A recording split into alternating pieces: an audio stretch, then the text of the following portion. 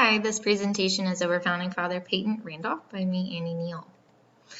Peyton Randolph was born and raised and lived in Virginia. He did work, attend school, and lived some in England. His family consisted of his parents, Sir John Randolph and Susanna Beverly, brother of John Randolph Jr., and cousin of Thomas Jefferson and uncle of Edmund Randolph. Education, occupation, he was homeschooled with a private tutor. Attended the College of William and Mary and later studied law at the Inns of Court, otherwise known as Middle Temple, in London. He succeeded his father's position as Williamsburg Attorney General, later becoming vestryman of Bruton Parish Church, which led him to a position of Justice of the Peace before his political career. He came into politics by actively opposing the Stamp Act. In 1754, he pleaded a case against taxes being attached to deeds on new purchased land. This required him to go above his royal leader, who was the governor of Virginia. And although he was only somewhat successful, it built his reputation as being very pro-colonial.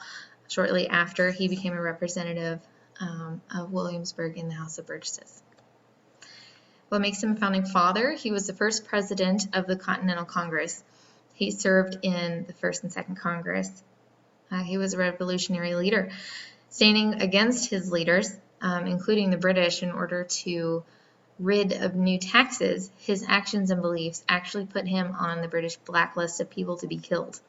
He joined the rebellion against the colony's royal governor, resigning from his chair in Congress to attend political business in Virginia.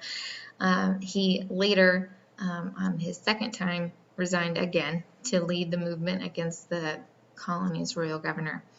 He was the first to be called Father of our country.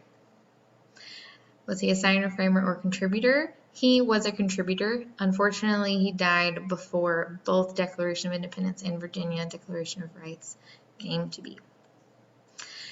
His relationship with other founders consisted of being good friends with George Washington. Like we said, he is the cousin of Thomas Jefferson. They were both big fans of each other. Thomas Lynch nominated Randolph for the chairman of Continental Congress, of which he was voted unanimously as president. George Wythe was a fellow Continental Congressman. He and Randolph were in agreement against Henry's radical resolutions for the Stamp Act. Rivals consisted of Patrick Henry.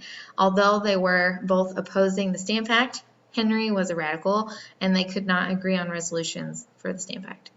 John Hancock, although I would not necessarily say he was technically a rival, he did succeed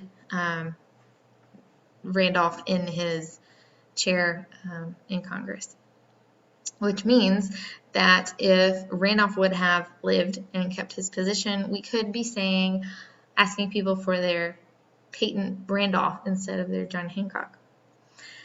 John Randolph II, his brother, they strongly disagreed on political positions, actually to the point where they no longer maintained their relationship, and John moved to England.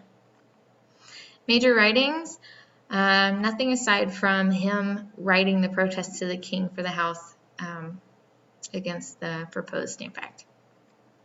Political positions: President of Continental Congress, Speaker of the House of Burgesses, and liberal, very liberal in comparison to his conservative brother, John Randolph, like we said. Ideas he supported and opposed: he supported independence and revolution, and obviously the Stamp Act. And that's it. Thank you.